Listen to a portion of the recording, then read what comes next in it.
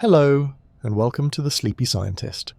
Tonight, we're embarking on a slow, soothing journey through time, so far back that even the stars look different, and the continents were just beginning to drift apart like lazy puzzle pieces.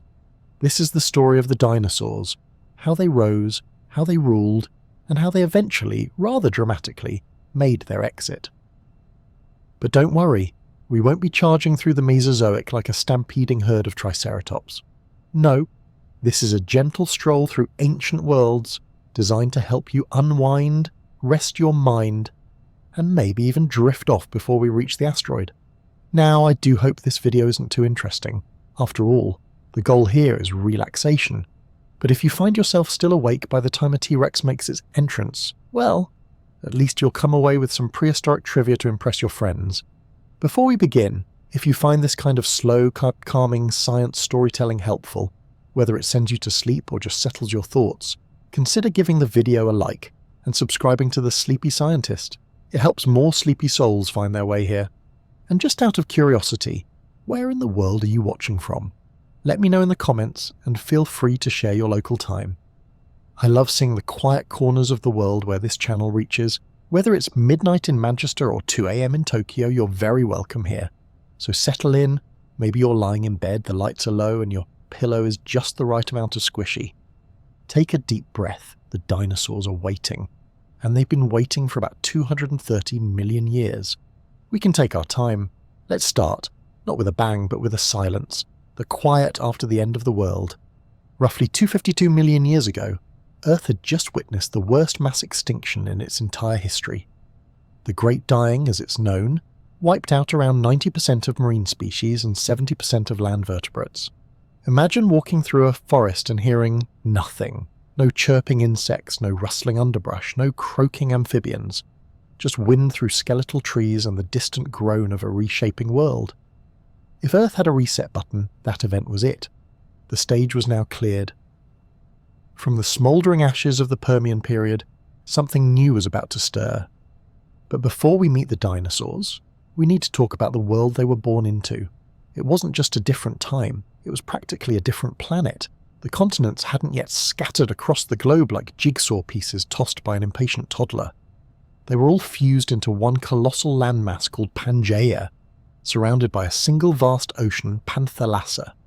You could, in theory, walk from what is now New York to New Delhi without getting your feet wet. Just pack plenty of sunscreen. Most of Pangaea was an arid desert, dry and dusty under a scorching sun. The air back then was thinner, the oxygen lower, and the climate wildly unstable. Volcanoes belched gases into the sky, and massive lava flows reshaped the terrain. Plants were tough, scrubby things adapted to drought and heat. But in this harsh environment, evolution began to experiment. One group of reptiles, the archosaurs, began to gain a foothold. The name means ruling reptiles, and it's a good one, because from this lineage would come not only the dinosaurs, but also pterosaurs, crocodilians, and eventually birds. Archosaurs had some impressive upgrades, more upright limbs for efficient walking, stronger lungs, and, in some cases, early signs of warm-bloodedness. While other animals lumbered around like tired lizards, archosaurs were quick, agile, and weirdly well-suited for a post-apocalyptic Earth. Among these early archosaurs was a creature called Eupacaria, a small, nimble predator that darted between the rocks of South Africa. It wasn't a dinosaur, but it gave us a preview. Lightweight, bipedal, fast. The blueprint was forming. Then, around 230 million years ago, in the middle of the Triassic period, true dinosaurs finally appeared. Small ones at first, nothing like the giants we think of today. Picture Eoraptor, a wiry little hunter the size of a dog trotting through fern-filled undergrowth. Or Herrerasaurus, with its long jaws and sharp teeth chasing down prey in the dusk. These early dinosaurs didn't roar. They probably hissed or croaked, more like angry birds than monsters. At this point, dinosaurs were underdogs. They shared the land with a host of competitors, other archosaurs, giant amphibians, and strange synapsids, reptile-like ancestors of mammals that looked like something between a Komodo dragon and a badly drawn platypus. It was a crowded, dangerous world. So what helped dinosaurs rise to the top? One advantage was posture. Most reptiles of the time sprawled like lizards, their legs sticking out sideways. Dinosaurs, however, stood tall with legs directly beneath their bodies. This made them faster and more energy efficient. Imagine running a marathon with your knees pointing sideways. Doesn't work so well, does it? Another edge was their respiratory system. Many paleontologists believe early dinosaurs had a type of breathing similar to modern birds, with air sacs that allowed for a constant flow of oxygen. That would have been a superpower in the low-oxygen atmosphere of the Triassic. While other animals wheezed and panted, dinosaurs just kept moving. And let's not underestimate luck. At the end of the Triassic, around 201 million years ago, yet another mass extinction swept across the globe, likely triggered by massive volcanic activity in what's now the Atlantic region. This event decimated the dinosaurs' rivals, especially the large amphibians and many competing archosaurs. With the competition cleared away, the dinosaurs were finally free to expand. From humble beginnings, they were about to become the rulers of the world. But even in their early days, they were diversifying fast. Some stayed small and swift, chasing insects and scuttling prey through ancient undergrowth. Others grew larger and began to experiment with new diets. Plant eaters with small teeth, elongated necks, and the beginnings of the massive forms we'd later associate with the Jurassic. And yes, it's true. Many early dinosaurs were likely covered in proto-feathers. Not for flight, but for insulation and perhaps display. It's humbling to think that what began as fuzz to keep them warm in chilly Triassic mornings would, millions of years later, lead to hummingbirds and hawks. Evolution loves to recycle. Despite their growing presence, early dinosaurs still weren't the only game in town. The Triassic landscape was a patchwork of life. Croc-like phytosaurs lurking in swamps, armoured etosaurs browsing through foliage, and the occasional giant amphibian doing its best impression of a wet log until something unfortunate walked too close. But the dinosaurs had momentum. Their adaptability, posture, and physiology gave them a crucial edge. And after the Triassic extinction, they seized the opportunity with gusto. In a few million years, they would diversify into an astonishing array of forms, some tall as buildings, others small enough to perch on your finger. Still, here in the late Triassic, they were just beginning. Quietly, persistently, they were laying the groundwork for a reign that would last more than 160 million years. And unlike us, they didn't need smartphones, air conditioning, or espresso to do it. Just good lungs, sturdy legs, and a whole lot of evolutionary determination. So as the Triassic sun sets on the first true dinosaurs, we leave them in a world both strange and familiar. A world where survival is hard-won, but full of potential. They haven't yet grown their horns, plates, or titanic size. But their story is in motion, and the age of dinosaurs is just getting started. When the curtain lifted on the Jurassic period, the Earth looked and sounded different. The world had just weathered another extinction event, one that conveniently knocked out many of the dinosaurs' early competitors. The once crowded Triassic ecosystem was now full of empty ecological real estate, and the dinosaurs were ready to move in. With their upright posture, efficient lungs, and evolutionary momentum, they spread quickly across the supercontinent and began to diversify into an astonishing array of forms. The Jurassic period, which lasted from about 201 to 45 million years ago, was a time of flourishing life, shifting continents, and dinosaur innovation. Earth was warmer and wetter than it had been during the Triassic. Vast inland seas shimmered under bright skies. Lush ferns, towering conifers, and the first flowering plants began to appear, carpeting the land in greenery.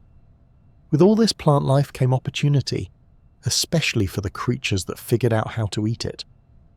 Enter the sauropods. Sauropods were the long-necked giants of the dinosaur world. Gentle behemoths like Apatosaurus, Diplodocus, and Brachiosaurus. If you've ever seen a dinosaur grazing calmly in a children's book, munching on treetop leaves with a sleepy expression, you're probably picturing a sauropod. These creatures were the giraffes of their time, only significantly more dramatic. Some reached lengths of over 100 feet. That's longer than a blue whale, a tennis court, or most of your local grocery store. How they managed to exist, let alone thrive, is one of evolution's most remarkable tricks.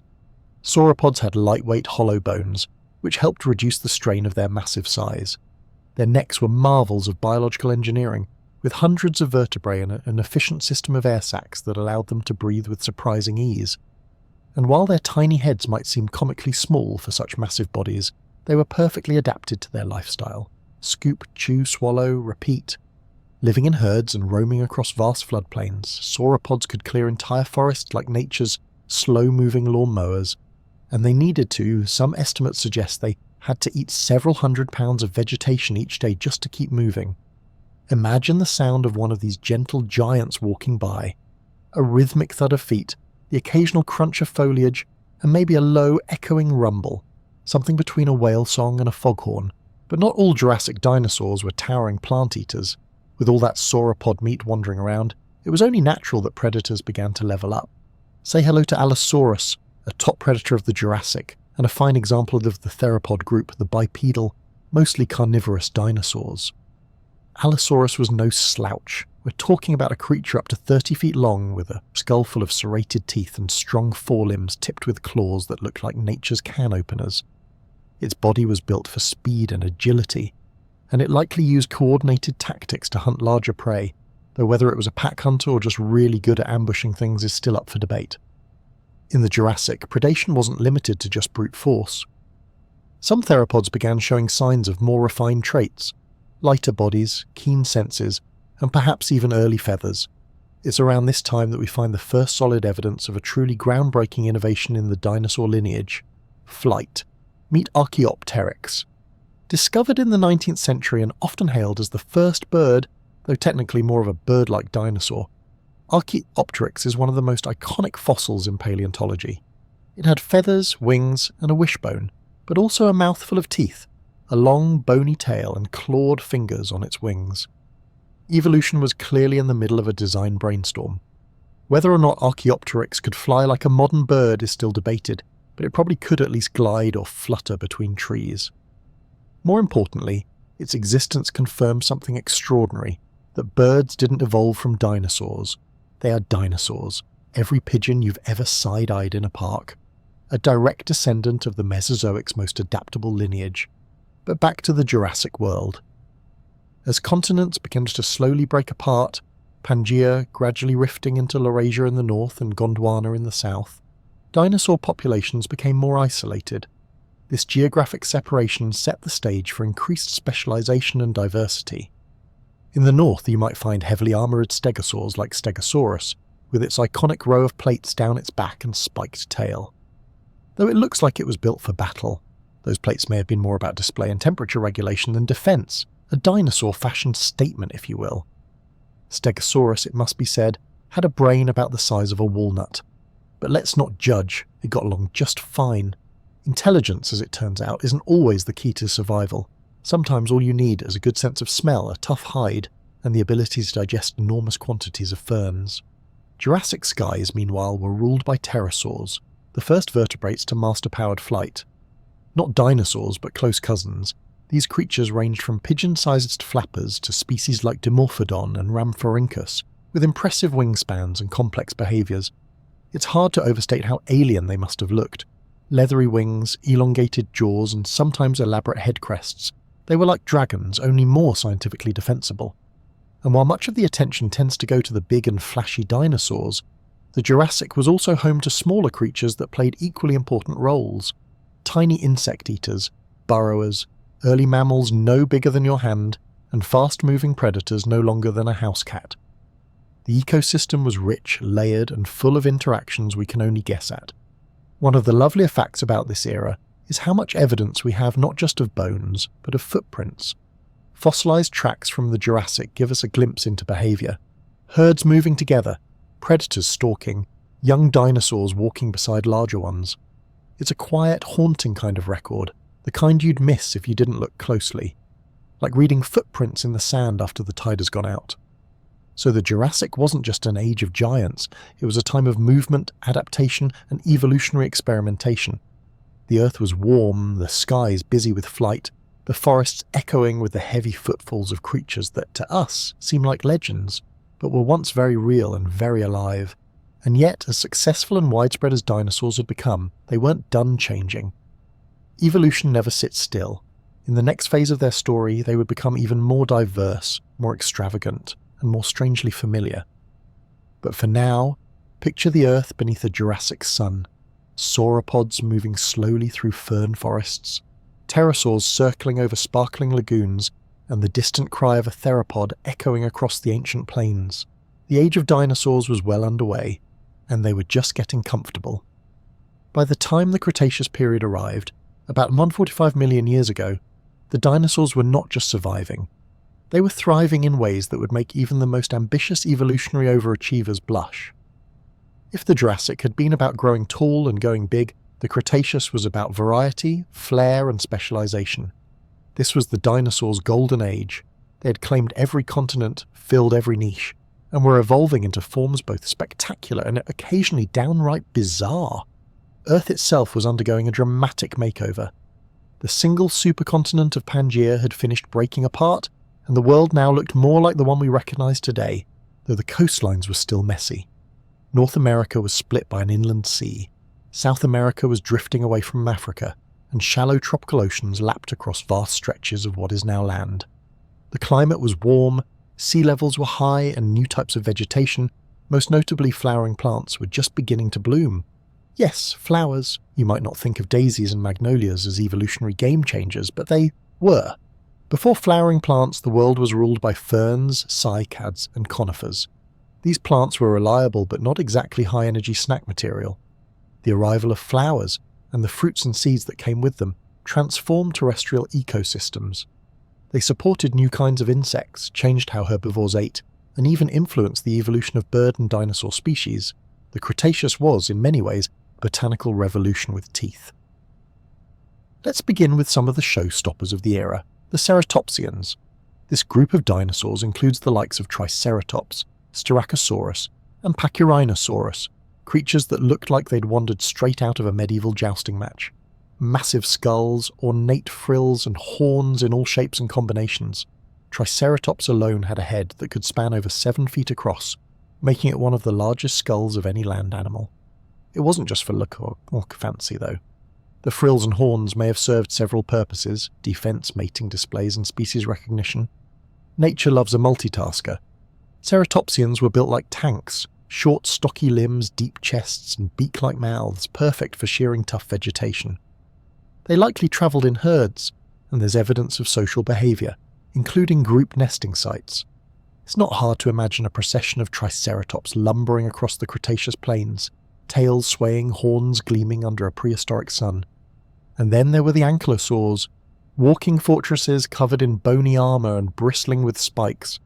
Some, like Ankylosaurus, even had a heavy club at the end of their tails that could break bones with a single swing. These dinosaurs were so thoroughly defended, it's a wonder anything ever bothered trying to eat them. If a hedgehog were the size of a minivan and had a tail like a medieval flail, you'd get the idea.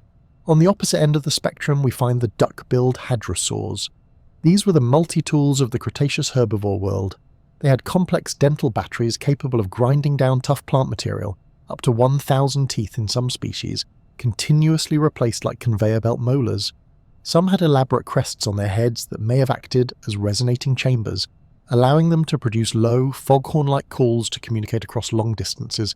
They travelled in herds, raised their young in communal nesting grounds, and were likely among the most socially advanced dinosaurs.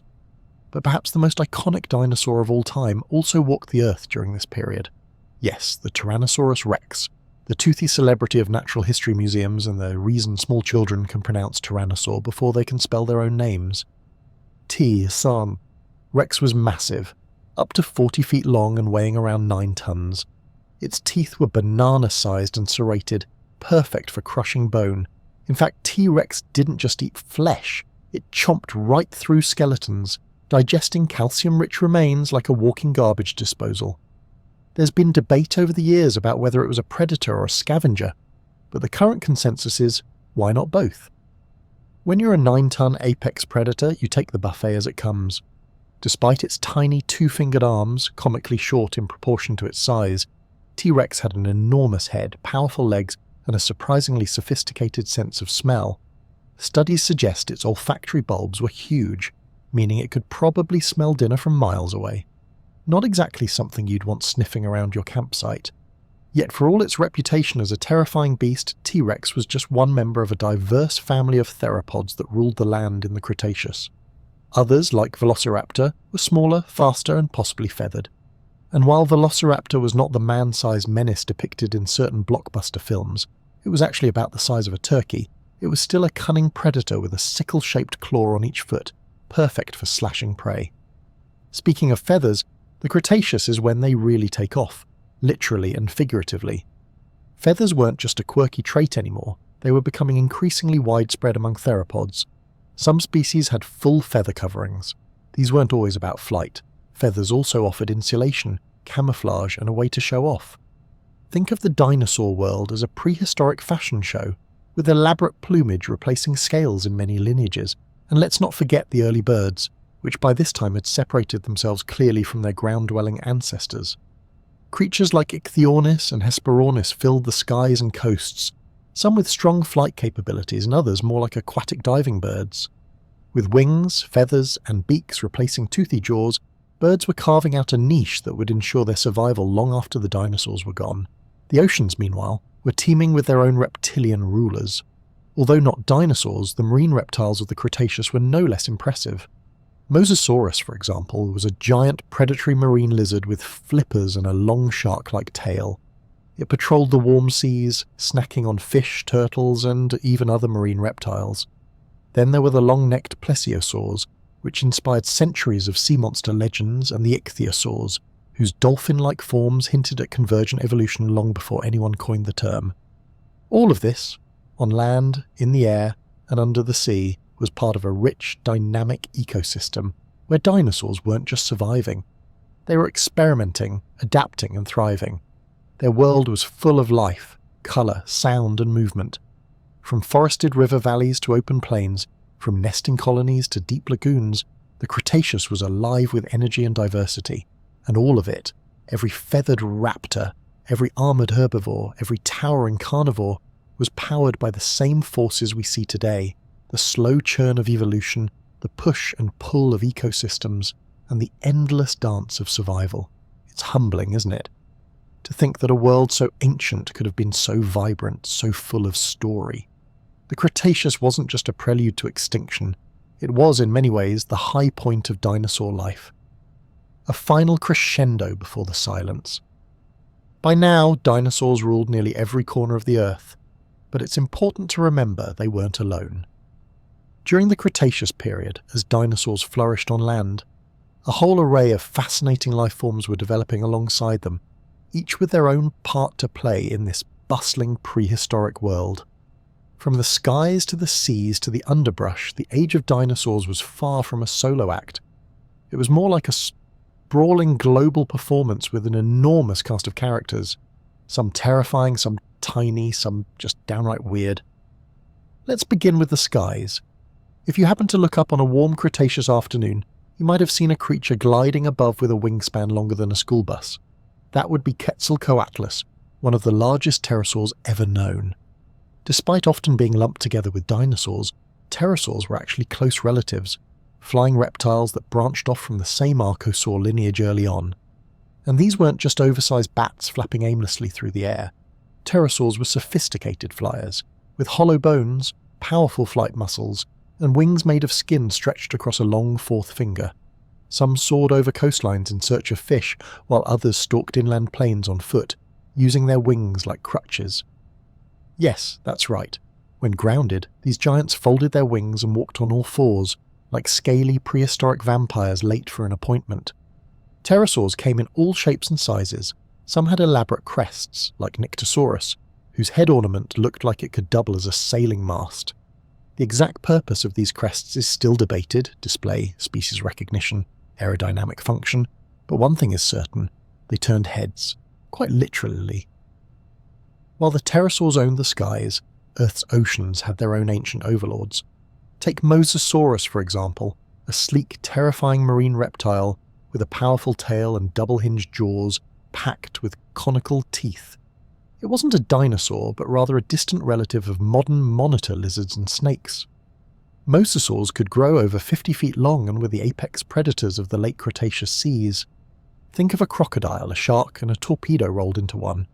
And then imagine it coming straight at you through crystal-clear prehistoric water. And they weren't alone. There were also plesiosaurs, with long necks and paddle-like limbs, who may have used their flexible necks to snatch fish like an underwater heron. Then there were ichthyosaurs, dolphin-shaped reptiles that were especially dominant earlier in the Mesozoic, though some stragglers survived into the Cretaceous. Fossils show that some gave birth to live young and may have been warm-blooded. Picture sleek swimmers with big eyes, gliding effortlessly through sunlit shallows, dodging predators and chasing prey. Of course, not every Cretaceous creature was a terrifying behemoth. Down at the forest floor, or tucked beneath ferns and flowers, lived a bustling community of small mammals, insects and birds. Yes, birds. Real proper birds, many of which had fully functional wings, beaks and feathers.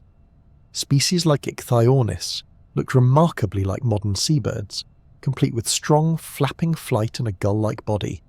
Others, like Hesperornis, were flightless diving birds that lived in marine environments. They had beaks filled with small backward-curving teeth, a reminder that the avian lineage hadn't quite let go of its reptilian roots. Even more astonishing are the fossil finds that show how birds were experimenting with different lifestyles. Some nested in colonies, others may have migrated seasonally, and all the while their theropod cousins, like Velociraptor and Microraptor, were climbing trees, gliding and living bird-adjacent lives with feathers of their own. Feathers, by the way, were becoming quite the trend in the late Cretaceous. It's now widely accepted that many theropods, especially those closely related to birds, were feathered to varying degrees. These weren't the great majestic quills of an eagle, but more like soft, downy fuzz, ideal for insulation, display, or both. Some of these dinosaurs likely came in vivid colours, with patterns that might make today's peacocks jealous. Imagine a raptor with electric blue streaks down its back, or a rooster-sized dinosaur flashing red and orange feathers in a territorial showdown. The ancient world wasn't just brown and green, it might have been dazzling. Meanwhile, mammals, those fuzzy, nocturnal underdogs, were quietly evolving in the background. Most were still small, resembling shrew-like insectivores, but some were getting adventurous. Fossils from the late Cretaceous show mammals gliding between trees, burrowing into the earth, and even snapping up baby dinosaurs. One famously preserved fossil from China shows a small mammal locked in combat with a dinosaur, each frozen mid-battle in a pose more dramatic than any nature documentary.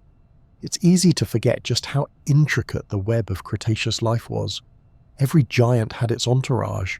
Where there were herds of Edmontosaurus, there were parasitic insects buzzing in clouds. Where a predator prowled, scavengers lurked nearby. Small mammals foraged in the shadow of giants. Birds nested on cliff faces, and pterosaurs wheeled silently overhead. And then there were the plants. While they might seem like passive set dressing, Cretaceous flora was undergoing its own revolution. The rise of angiosperms, or flowering plants, marked a major evolutionary leap. Flowers allowed for more efficient pollination, often involving the help of insects, which were also diversifying wildly during this time. Beetles, butterflies, ants, and bees were beginning to appear in recognizable forms, establishing ancient versions of the plant-insect partnerships that continue today. This explosion of plant life changed how herbivores ate, how insects lived, and how ecosystems were structured. With new seeds and fruits on the menu, animals adapted. Some developed specialized teeth and stomachs. Others formed migratory routes to follow seasonal blooms. If you had wandered through a Cretaceous meadow, you might have seen a herd of hadrosaurs grazing among wildflowers, dragonflies zipping above their heads, and small mammals darting underfoot. All of it alive with colour, movement, and sound. The Cretaceous wasn't just an age of monsters, it was an age of complexity. Life was experimenting, diversifying, and branching into forms that would echo across time. Some lineages would end, others would persist. The pterosaurs and marine reptiles would vanish, but the birds and mammals would remain. And with them, a tiny, persistent spark of what was to come. In these final million years, evolution was working overtime. The dinosaurs were at their peak, physically, socially, and ecologically. They had spread to every continent, adapted to every climate, and integrated themselves into the fabric of nearly every ecosystem. And yet, even at their most dominant, they were unaware, as life always is, that change was coming. Somewhere out in the cosmos, an asteroid was already on its way, but here in the last golden light of the Cretaceous, life continued. Pterosaurs wheeled across a coral-streaked sky. Hadrosaurs grazed in meadows heavy with pollen. Raptor feet left sharp prints in river mud that would one day harden into stone. And the world, for now, was alive. It began with a light in the sky 66 million years ago, somewhere above what is now the Yucatan Peninsula in Mexico. A chunk of rock roughly 10 kilometers wide, about the size of Mount Everest flipped sideways, hurtled toward Earth at a speed of over 60,000 kilometers per hour. To say it arrived quickly would be an understatement. One moment the skies were calm, the next, the world was forever changed. This was the Chicxulub asteroid, and its impact would bring about the fifth major mass extinction in Earth's history. The result? The end of the reign of non-avian dinosaurs, and the beginning of a very different world. Let's take a moment to appreciate the sheer violence of the event, though we'll do it gently. This is the Sleepy Scientist, after all. When the asteroid struck, it didn't just create a crater, it created chaos. The impact released energy equivalent to billions of atomic bombs. The ground liquefied, shockwaves raced around the planet. Forests caught fire hundreds, even thousands of miles away.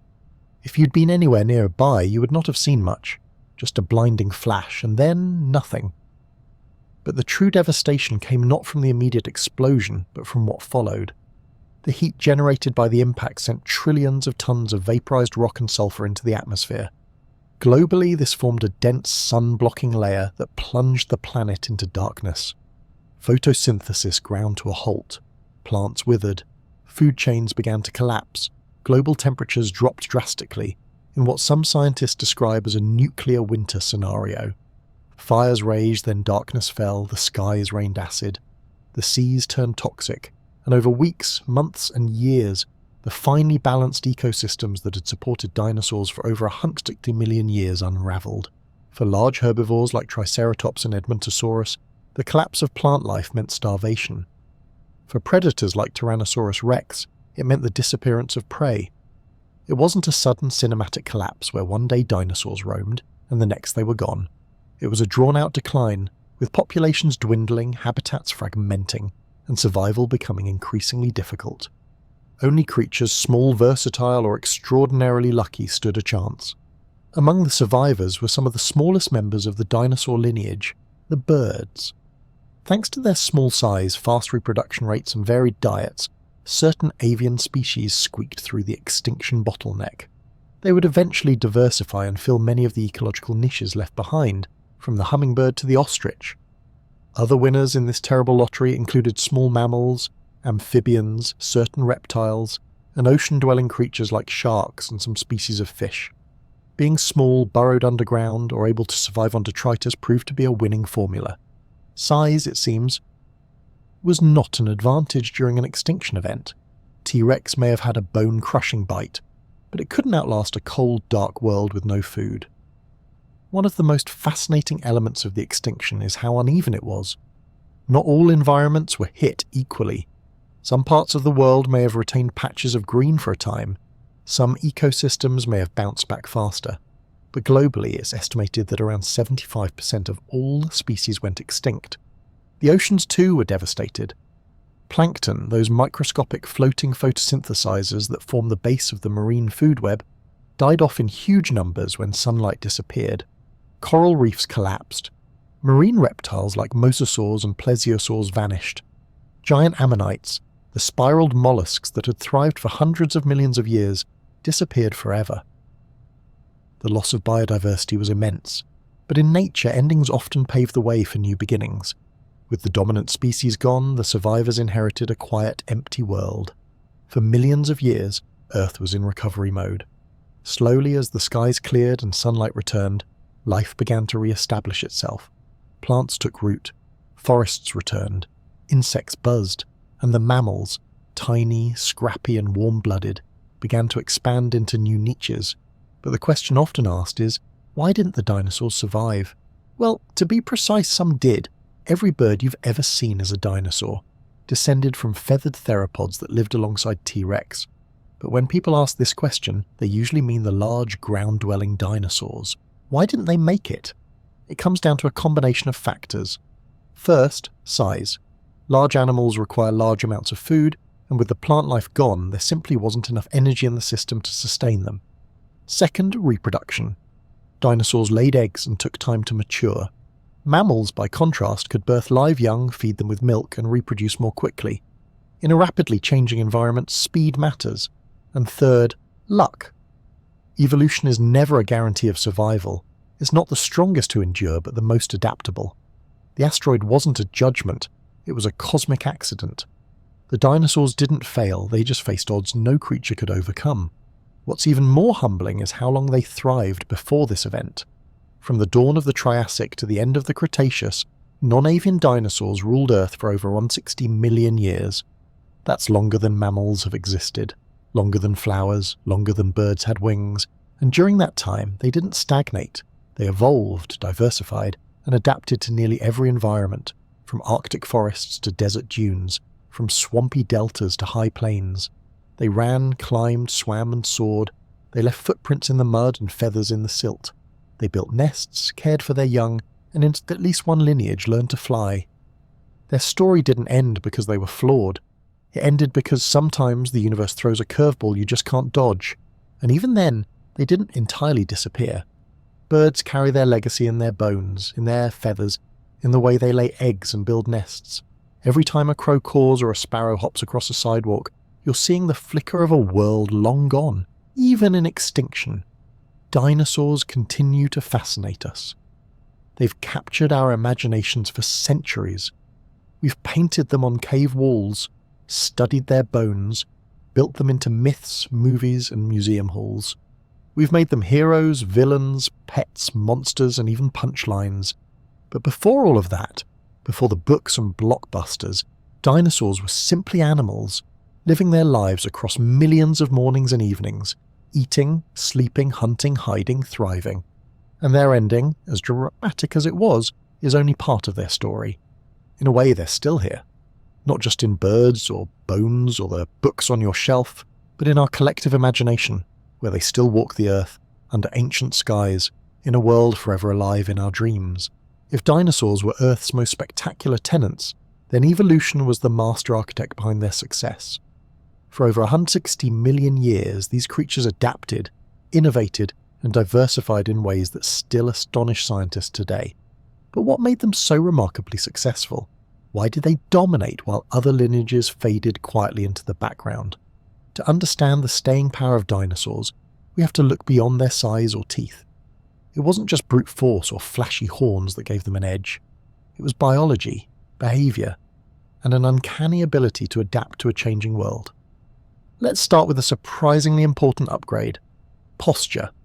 Most reptiles before the dinosaurs moved with limbs splayed out to the side like a lizard dragging its belly across the ground.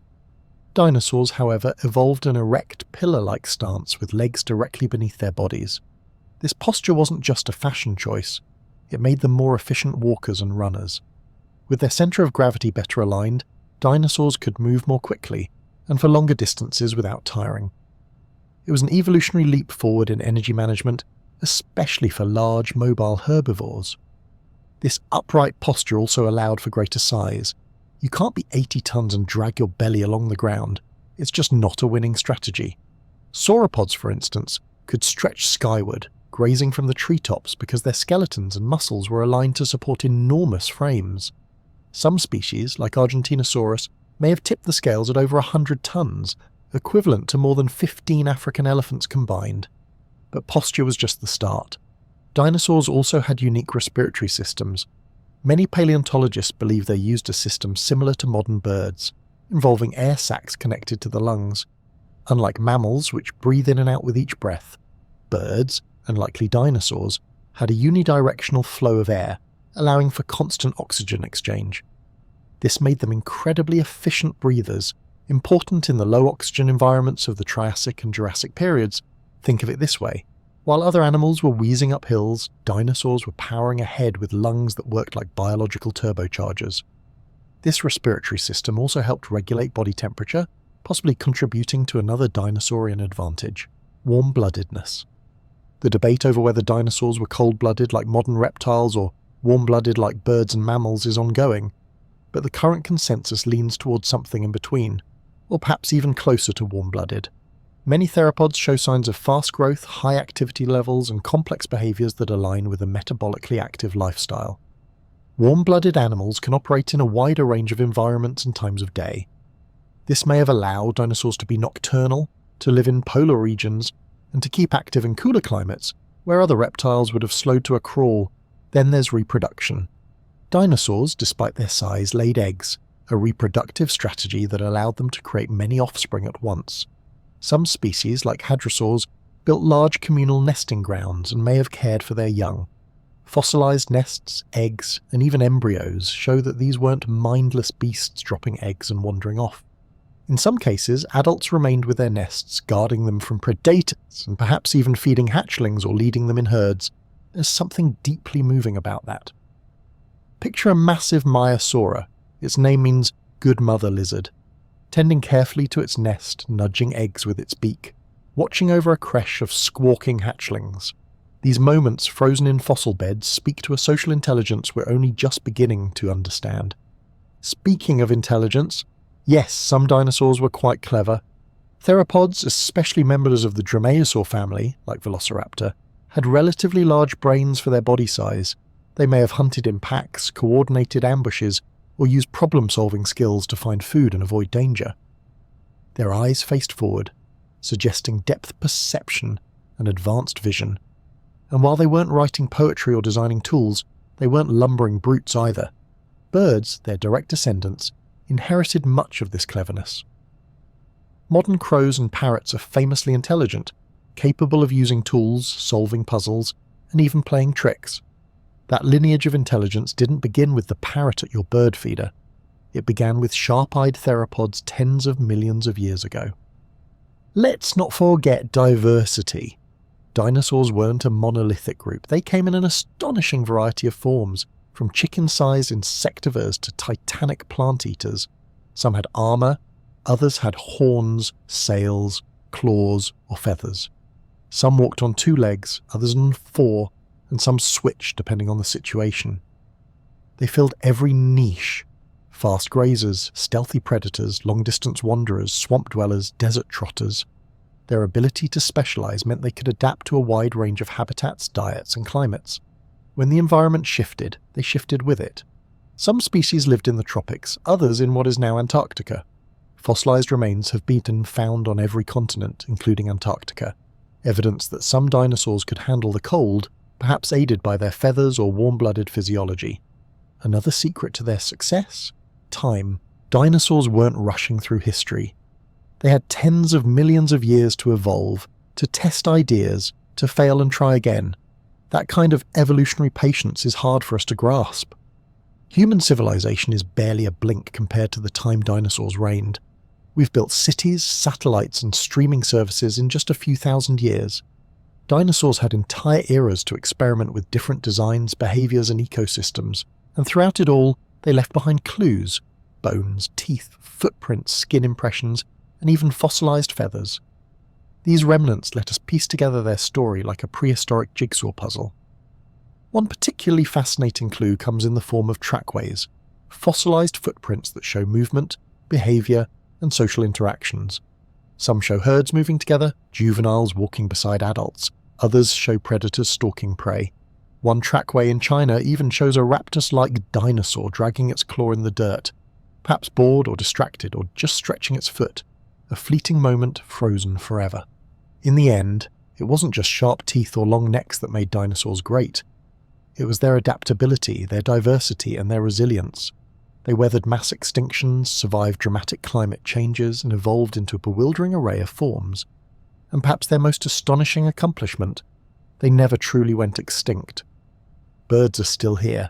Every wing beat, every chirp, every carefully woven nest is a continuation of the dinosaur story. The same lungs, the same bones, the same DNA blueprint, just reshaped and reimagined by evolution. So the next time you see a pigeon pecking at a chip or hear a songbird greet the morning, remember, you're looking at a survivor, a living fossil, a distant cousin of Velociraptor, just with fluffier feathers and slightly less attitude. Dinosaurs weren't a failed experiment. They were one of nature's greatest success stories.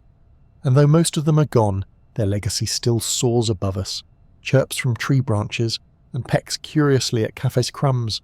They were, and still are, magnificent. Even after all these millions of years, dinosaurs remain one of the most captivating mysteries nature ever wrote in stone. Their bones lie silent beneath our feet, but we are still uncovering their secrets, bit by bit, layer by layer, with the quiet persistence of curious minds and muddy boots. And that's where the next chapter of the dinosaur story comes in: paleontology, the science of piecing together the past from the remnants it left behind. It's easy to imagine dinosaurs as creatures of the past, long gone, dusted off and wrapped up neatly in museum displays. But the truth is, we are still in the early days of truly understanding them. Every year, new species are discovered, old assumptions are overturned, and fresh insights change the way we picture life in the Mesozoic. And it all begins with the rocks. Dinosaur fossils form under very specific conditions. When a dinosaur died, say in a riverbed or a floodplain, it had to be quickly buried by sediment, mud, sand, volcanic ash.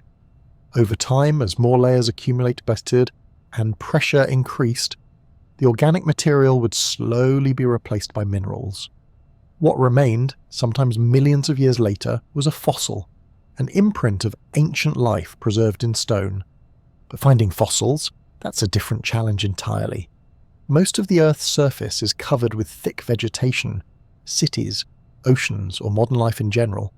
The tiny percentage of exposed rock from the right time period is where paleontologists focus their efforts, often in deserts, badlands, or windswept cliffs.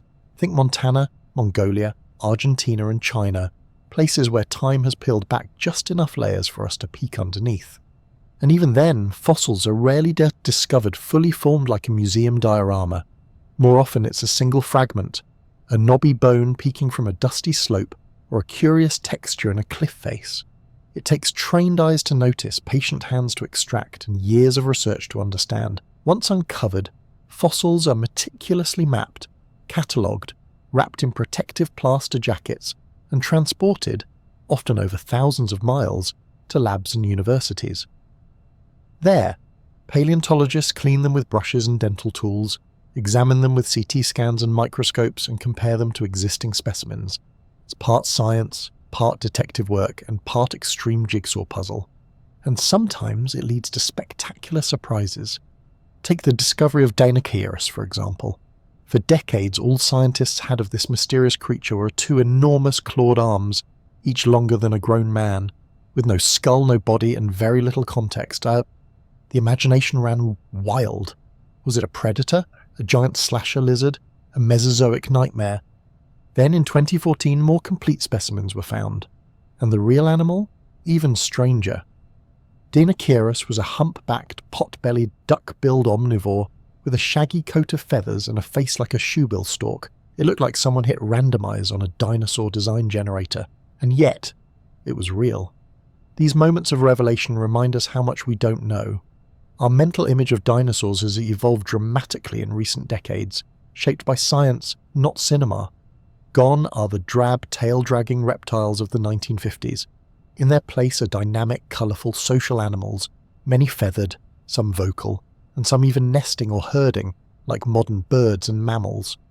The shift began with the so-called dinosaur renaissance in the 1960s and 70s. Paleontologist John H. Ostrom re-examined a small theropod called Deinonychus and noted its bird-like hips, claws, and posture. It wasn't a slow, cold-blooded lizard. It was agile, active, and intelligent. This reimagining laid the groundwork for the idea that birds are living dinosaurs, an idea now widely accepted in science. Further research into bone structure, growth rates, nesting behaviour, and even fossilised soft tissues has continued to flesh out the picture. Yes, you read that right, soft tissues. In recent years, scientists have found traces of collagen, blood vessels, and even pigment cells in exceptionally well-preserved dinosaur fossils. From these, we're beginning to understand not just the shape of these animals, but their colour. Imagine a microraptor, a four-winged, feathered dinosaur gliding between trees with glossy, iridescent plumage, or a Psittacosaurus with a striped tail and a patch of dark scales across its shoulders. These aren't just bones, they are beings with patterns, behaviours, and perhaps even personalities. And the tools we use to study them are getting more sophisticated by the day. CT scanning lets researchers peer inside fossilised skulls to reconstruct brain shapes and sensory capabilities. Chemical analyses can detect the trace elements left behind by feathers or skin. Computer modelling helps simulate muscle movement and body mechanics. We can even model how a dinosaur breathed, ran, or bit into its prey, all without moving a single bone. Then there's the study of ecosystems. Fossils rarely appear alone. In many sites, you find entire communities preserved: plants, insects, fish, reptiles, and mammals. By analysing the pollen, soil layers, and even isotopes in fossilised teeth, scientists can reconstruct entire prehistoric environments. How much rainfall there was, what the temperature felt like, and what kinds of food were available. It's a little like time travel, but instead of stepping into a machine, we step into a field site with a notebook, a pickaxe, and a microscope. Fossils also tell us how dinosaurs lived and died.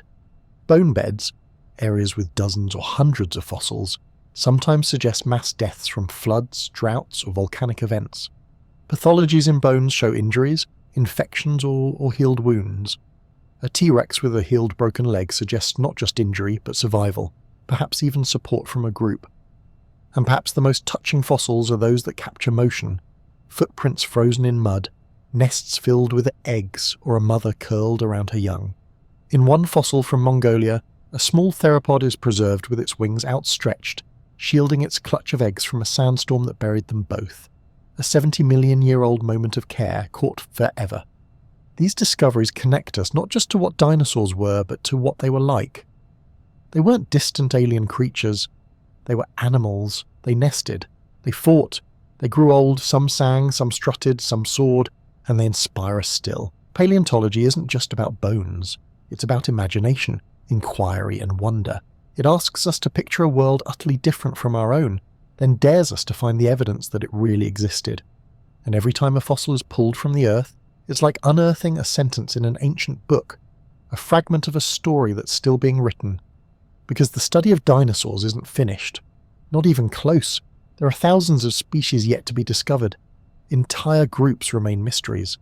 Even well-known species like Triceratops or Stegosaurus still hold secrets in their skeletons, and every fossil, every rib, tooth, or claw whispers the same quiet truth. The past is never truly gone. It's all around us, waiting patiently beneath our feet, in the rocks, in the hills, in the gentle press of time. And perhaps somewhere out there, the next velociraptor, or the next unknown wonder, is resting quietly beneath a thin layer of stone, waiting for sunlight, for careful fingers, and for the simple magic of being seen again. When you think of dinosaurs today, chances are the image in your mind has been shaped more by cinema than science. Thunderous T-Rex roars, menacing raptors, and improbable battles between beasts that never actually met in real life. All thrilling, all dramatic, and mostly quite wrong. But let's not be too harsh on Hollywood. After all, these prehistoric titans have fired our imaginations for centuries. The truth is, dinosaurs have left an astonishing legacy, not just in bones or birds, but in our culture, our art, and even our dreams. It began long before the term dinosaur existed. Ancient people uncovered fossils long before they knew what they were. Massive bones unearthed from cliffs and hillsides were often interpreted through myth. In China, they were thought to be the remains of dragons. In parts of Europe, they were linked to giants or beasts from folklore.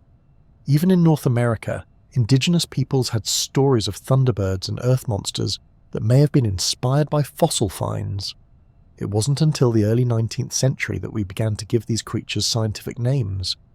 The word dinosaur itself, meaning terrible lizard, was coined in 1842 by British paleontologist Sir Richard Owen.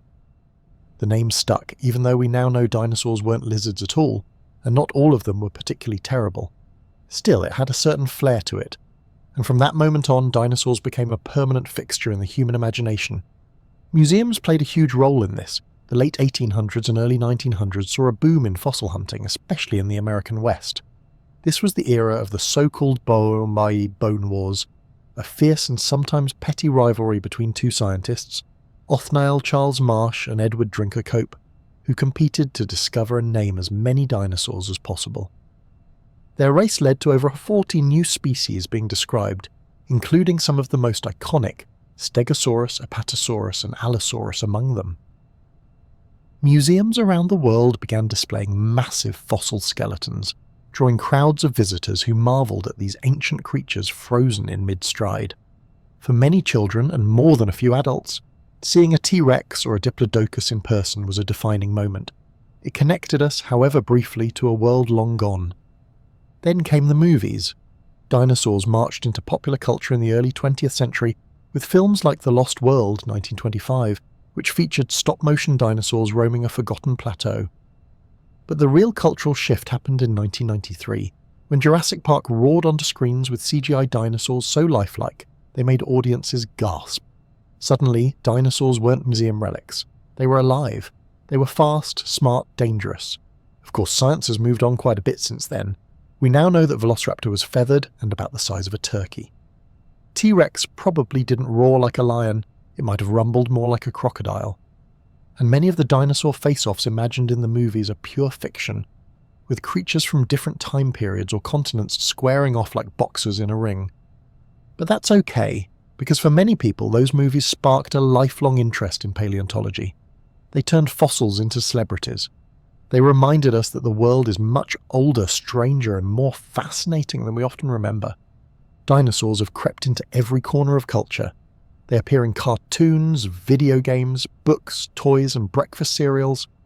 Children seem naturally drawn to them, rattling off names like Ankylosaurus and Pachycephalosaurus with a level of fluency that baffles many adults. There's something irresistible about these creatures, part alien, part familiar. They're big but not unknowable, ancient but vividly imagined. And perhaps that's because dinosaurs tap into something deep in the human psyche, a love of mystery. They remind us that the Earth was not always as it is now, that oceans once lapped against the Rockies, that forests once covered Antarctica, that giants once walked where we now drive to work or buy groceries. But the legacy of dinosaurs isn't just confined to entertainment. They've inspired art, literature, and even scientific innovation. Consider biomimicry, scientists studying dinosaur anatomy to design better robots, prosthetics, or even spacesuits. Consider architecture. Some buildings and bridges mimic the lightweight yet strong bone structures of sauropods. Even in medicine, studies of dinosaur metabolism have informed our understanding of thermoregulation and growth rates in modern animals. And of course, dinosaurs continue to shape science itself. The study of dinosaurs is one of the best public gateways into the world of evolutionary biology, geology, and deep time. Learning about them naturally leads to questions about how the Earth formed, how species change, and how ecosystems collapse and recover. Dinosaurs make science personal, tangible. You can see their bones. You can hold a fossil in your hand and feel, quite literally, the weight of history. Even in language, dinosaurs have left their mark. We use the term metaphorically, sometimes affectionately, sometimes not. A dinosaur might refer to an old-fashioned company or a reluctant-to-change manager. It's a little ironic, considering how successful and adaptive dinosaurs actually were. If lasting 160 million years makes you obsolete, then the rest of us are barely a blip. But perhaps the most profound legacy dinosaurs leave behind is perspective. They remind us of the vastness of time, of how small our own moment is. Dinosaurs were here for far longer than humans have existed. They survived multiple extinction events, they flourished on every continent, and then, in an instant, they were gone, wiped out by forces they never saw coming. And yet life continued, changed, but undeterred. That story, the rise, the fall, the transformation, isn't just a prehistoric tale, it's a mirror, a reminder that extinction is part of life's rhythm, that no species, however mighty, is immune to change, that resilience, adaptability, and curiosity are the real keys to longevity. And in that way, dinosaurs are still teaching us about survival, about legacy, about our place in the grand, strange, beautiful story of Earth. Because they're not just bones in the dirt. They're whispers from a deeper time, shadows of ancient sunlight, echoes of thunder on a primeval plain. And if you listen carefully, in the rustle of leaves or the call of a bird, you might just hear the distant heartbeat of that ancient world. Still pulsing, still with us, still alive. And so here we are, millions of years, thousands of species, and one asteroid later, at the quiet end of a long and extraordinary tale. From humble beginnings in the shadow of extinction, to colossal dominance across continents, and finally to their transformation into the birds that flutter outside your window, dinosaurs were never just ancient creatures of the past. They were innovators, survivors, and architects of entire ecosystems. And though most are gone, their story still lingers in the rocks beneath our feet. the wings above our heads and the wonder in our imaginations. They remind us that the Earth is ancient, ever-changing, and full of surprises, that survival isn't always about strength or size, but adaptability, resilience, and a bit of luck, and that sometimes even the mightiest beings leave behind whispers rather than roars. So as your eyes grow heavy and your thoughts begin to drift, let that story settle in. Let the rustle of ferns, the distant cry of a feathered raptor, and the gentle thud of ancient footsteps accompany you into sleep. Dinosaurs walked this earth for over 160 million years, and in many ways they're still walking with us now in birdsong and fossils and in our ever-curious minds. Before you drift off completely, I'd love to ask again, where in the world are you listening from tonight? And what time is it where you are right now?